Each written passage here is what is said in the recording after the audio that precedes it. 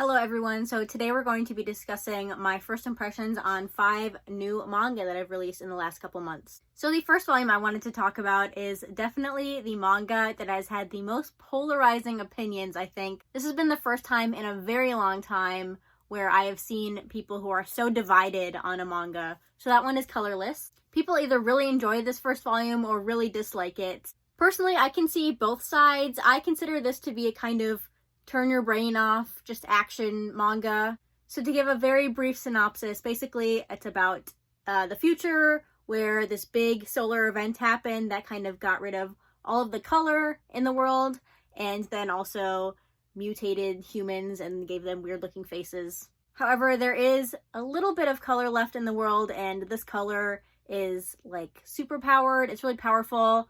The main guy uses it in a gun. But because color is so rare and powerful now, obviously there's these people who are out to get it because they want to be rich off of it, basically, or they worship it. To me, this felt fun, but also very forgettable. It reminds me of like a bad Marvel movie, complete with the cringy dialogue. There's some really bad dialogue in here. It's not great. And the science doesn't make any sense if you even think about it for a second. So if you want to enjoy this, you're probably just gonna have to ignore the science explanation bits. They're not very good. It doesn't really make sense that these small bits of color that are left are suddenly super powerful and have a lot of energy in them. I don't understand. It doesn't make sense. Having said that, I didn't hate this. It was fine. I like the art a lot, and obviously the little pops of color in here are really cool. But am I going to keep buying this? No, because this is never going to become a favorite series of mine. It was fine. If you like really high action series with not that much substance, I guess, that sounds kind of a bad way to put it, but that's basically what this is. So if you like those series, then try this out. But I personally don't need to read anymore. I'm not going to keep reading this. It was fine, but not something I need to continue to buy. The next newly released manga I read was Blue Lock. So I'm sure everyone has heard about this. Basically, it's death games, but with soccer, to see who can become Japan's best striker, so Japan can win the World Cup, basically. The first thing I want to say about this is I'm really surprised that it took so long for Kodansha to release this physically. I thought it was because it's a sports manga, but it's not really a sports manga. Obviously, it has a soccer element, but it's definitely more death games than it is sports manga for sure, which is perfectly fine with me because I enjoy both genres. I really enjoyed this first volume. The art is really good. The characters that are introduced are interesting. The main character is okay. I kind of like the side characters more so far, but that's usually the case with stuff like this. Usually when I enjoy sports manga, I want it to be about a team that we're focusing on. Obviously, soccer is a team-based sport, but this manga is specifically focusing on like individuals. It's all about ego and being like the most selfish striker, and then that's what's going to win the World Cup for Japan, basically. So if you're looking just for a traditional sports manga, you're definitely going to be disappointed in this, but I really enjoyed it. I really like the death game genre, so I'm excited to continue reading. The next newly released manga is Blackguard. This released a couple months ago. I think there's like 3 volumes out of this now, but I wanted to try it out in this video. This is by the same creator as Devil's Line, and now I know that I'm not going to read Devil's Line because, well, probably, because the art in this is not very good. It's really ugly, honestly. It's just very simple, and the faces and the bodies look weird. It's kind of ugly.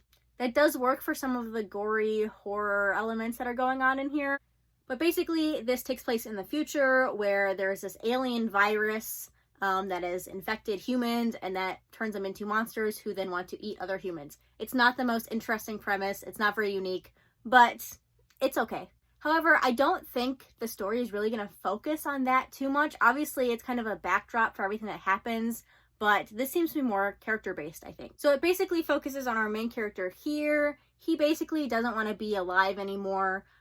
So there's a lot of discussion of suicide in here, if that's going to bother you. And he's really good at fighting these monsters, but really the only reason he's fighting these monsters is because he kind of wants them to kill him. And yeah, I really feel like this is going to be more of a psychological manga than an action manga. There are some action elements in here, but I think it's going to be more character-based, focusing on this guy and his new friends that he's making. I didn't realize that this is only going to be 5 volumes long, so I'm definitely just going to wait until all the volumes are out and just read it all at once. The last volume comes out in October, but I did really enjoy this, and I'm interested to see the direction it's going to take in the future. The next manga I read was World End Solte. This is by the same creator as Lucifer and the Biscuit Hammer and Spirit Circle, And honestly, I don't think I would have liked this as much as I did if it wasn't by that creator. This is about this girl whose parents die in this kind of magical pollution, and she wants to travel to the place where they disappeared from and see what's on the other side, because in the magical pollution, kind of space and time are wobbly and weird things happen, so she wants to see what is going on the other side of that.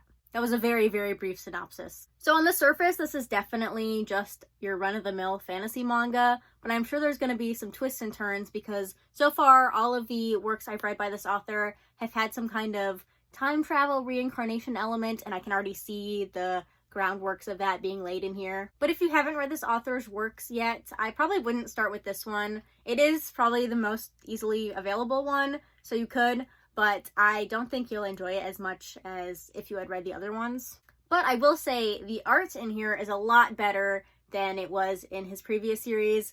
I just got finished reading Lucifer and the Biscuit Hammer, and the art is way better in here than it was in that series. Yeah, nothing incredible so far, but I'm definitely interested to see what the author decides to do in this series and see how he kind of spins in those reincarnation time travel elements as he's done previously. Lastly, we have a manga that I don't really know how to talk about. I have some thoughts, but I'm also not entirely sure what I think of it yet, but that's Tales of the Kingdom. If you recognize this art style, this is done by the same author as Classmates, A White Rose in Bloom, and Utsubora, plus some other stuff that she's done. So I'm going to say right off the bat, if you've only read Classmates by this author, and you're looking for something like that, and you're picking this up because you recognize her name, you're going to be disappointed, I'm pretty sure. Because even though Asumiko Nakamura has written Classmates, a great BL manga, she's also written Utsubora, which is weird. It's weird and dark, and I'm still not even sure what to think about that, and I read it like 4 years ago. I would say this is closer to Utsubora than Classmates. It's definitely not as dark as Utsubora, but it does kind of leave me with this weird feeling of I don't know what to think of this manga. There's this kind of weird sexual tension in Asumiko Nakamura's works. Pretty much all of them that I've read. And so that might make people uncomfortable when the story is about brothers and it still has that weird sexual tension stuff going on. But anyway, this is kind of a short story collection. They're definitely interconnected, but we're not entirely sure how yet in this first volume. Yeah, I can definitely see why people would not like this, just because of those kind of uncomfy elements, and we're not entirely sure what's going on here. Like, some of these chapters feel like they're going somewhere and then they just end, and it feels like the end of the story, but you're not sure if it's the end of the story or not. But yeah, I'm going to keep reading this for sure, because I'd like to see what Asumiko Nakamura does with this. It can go in a couple different directions, which would be interesting. But definitely not for everyone. And I can't even say I liked it. It was interesting. And that's the same thing I said about Utsubora. I do, however, love this release by Yen Press. It even has a dust jacket, which I know people yell about all the time, that they want dust jackets on their hardcover manga. Look, it has a dust jacket. That's nice. But yeah, those are all the manga I had to talk about in this video. Let me know if you've read any of these and what you thought of them, or what newly released manga you've really enjoyed or really didn't enjoy. But yeah, that's going to be everything for this video. Thanks for watching, and I'll see you next time. Bye!